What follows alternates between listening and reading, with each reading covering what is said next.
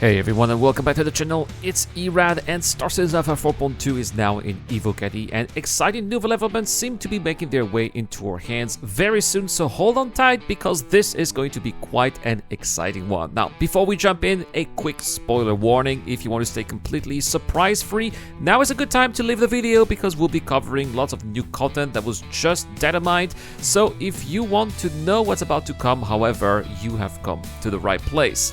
So, Star Citizen Alpha 4.2 has officially entered Evocati phase for the Public Test Universe. This early build, currently restricted under NDA and limited to US servers, features enabled long-term persistence and mesh configuration of 10 DGS, so 10 servers, with a 600 player soft cap and 15 million starting off a UEC for testers, so that's something that we usually always see.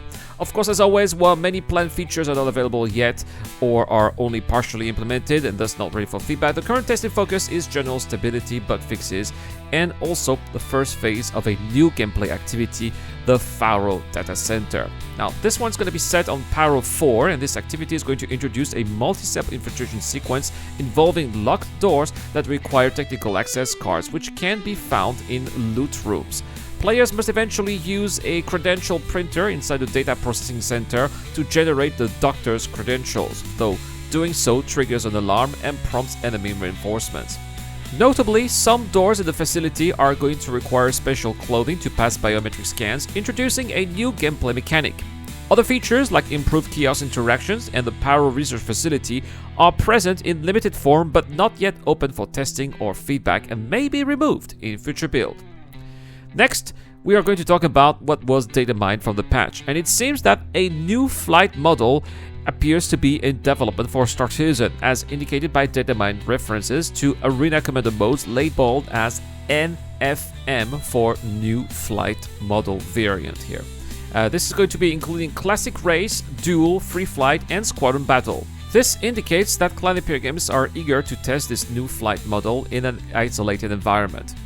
Additional strings referencing IFCS for Intelligent Flight Control System statuses, such as core booting and core offline, and warnings about thrusters point toward a deeper, more modular system governing ship control with potential gameplay consequences for system failures or manual overrides.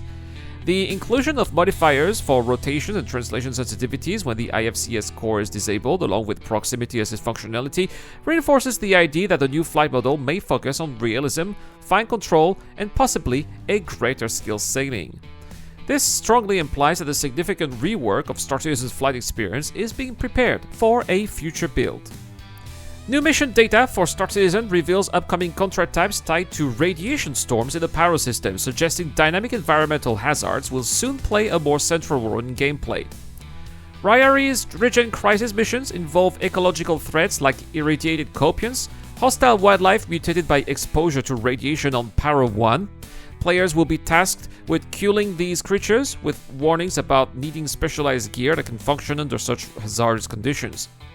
Complementing this, there's also resource collection objectives requiring players to gather irradiated biological components such as copion horns and Valakar pearls, fangs, and eggs.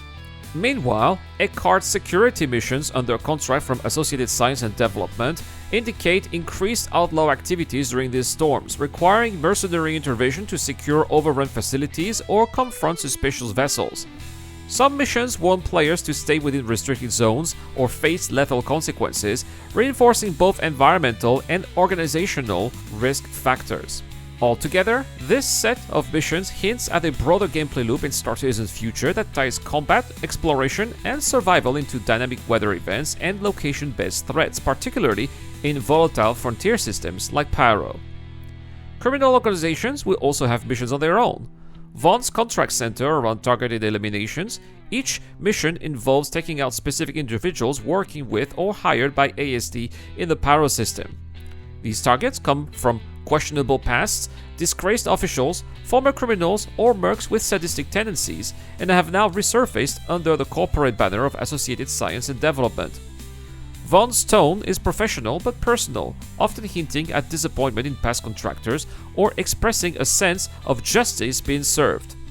The missions emphasize discretion and precision. You're not there to wipe out everyone, just the mark. Accept resistance with armed personnel guarding this facility, but Vaughn's trust your judgment in dealing with them. Payment is promised upon successful elimination. Bitzeros, on the other hand, operate in a much looser, more chaotic fashion. Their theft mission involves sneaking or blasting into corporate sites to retrieve specific items, often without much context. The crew doesn't care why the items are needed or who's paying, only that there's money involved. Whether it's a Volt Prism shotguns or a high-value tech, your job is to grab the goods and deliver them to a designated drop-off point. Some missions leave vague leads and leave the mission up to you to figure out, while others point directly to dangerous facilities like those run by ISD in Pyro. Their sabotage missions are more aggressive. Instead of stealing, you're just asked to destroy critical infrastructures or research assets. Again, ASD's Pyro operations are the main target. The missions don't hide their intent here. You have to disrupt, smash, and cause chaos.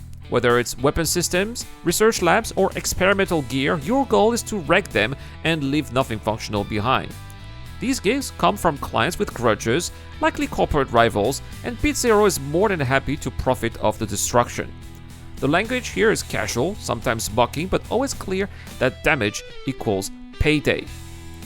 Next, let's talk about additional content coming with these missions. The Astral Coat Lab, created by luxury fashion house Fiore, boldly merges with the style, proving that laboratory wear can indeed be fashionable.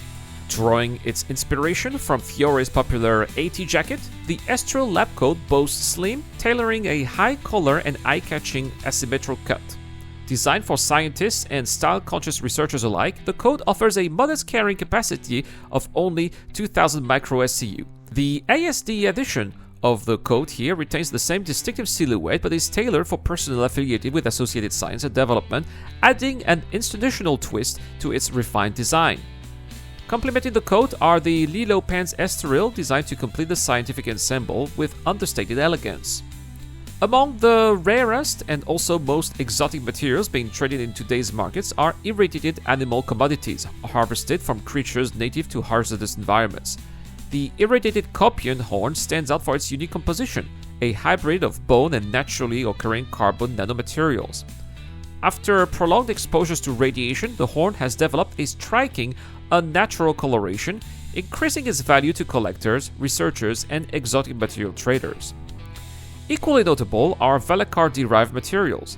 The irradiated Valakar fangs, available in juvenile, adult, and even apex variants, are prized not only for their biological properties but for colorful alterations caused by radiation exposure. Valakars shed their fangs through life, as damage from burrowing and hunting creatures cause their teeth to wear out. These discarded and extracted fangs carry the signatures wear of the wild, and also when they are irradiated, they end up featuring some unique colors as well. Then there are the irradiated Valakar pearls, rare organic formations found embedded in the skin of those creatures. When grit or debris becomes lodged in Valakar's thick hide, the creature forms protective layers of organic materials around them, preventing infection, much like a terrestrial oyster forms a pearl. In irradiated environments, these layers develop rare traits, making the pearls especially sought after for both scientific analysis and high-end crafting. There's no confirmation the full-size adult Valakar will make it to 4.0 just yet, but by the looks of it, it seems that this is what CIG are aiming for, so it seems quite exciting indeed. And so let me know in the comment section down below, guys, if you think the Apex Valakar is indeed coming or not. Last but not least, it seems that weather is finally coming to Star Citizen with its 4.2 update, as rain and thunderstorms seem to be making their debut on Pyro 3. Rain will appear within anvil-shaped clouds and will create puddles and even make ships and armor wet. And so, this wraps up everything that we know so far about Star Citizen 4.2 and the exciting new content coming with it. This patch promises some major step forward, especially with persistence dynamic weather, new mission types, and also highly anticipated flight model overhauls. And as always, if you enjoyed this video, please don't forget to smash that like button, subscribe to the channel, and leave a comment to any videos posted this month to get a chance to win a Misc Fortune. Also, huge thank you to my Patreon and YouTube members who have automatic entries. As always, shout out to Dr. Fabin, Toka Tarsius, Doki to Doka Shadowrise, and Zero Crusher for their support on Patreon. It really means the world. Thank you so much to everybody else as well who helps the channel. I have been Irad. I'll see you guys in the next one.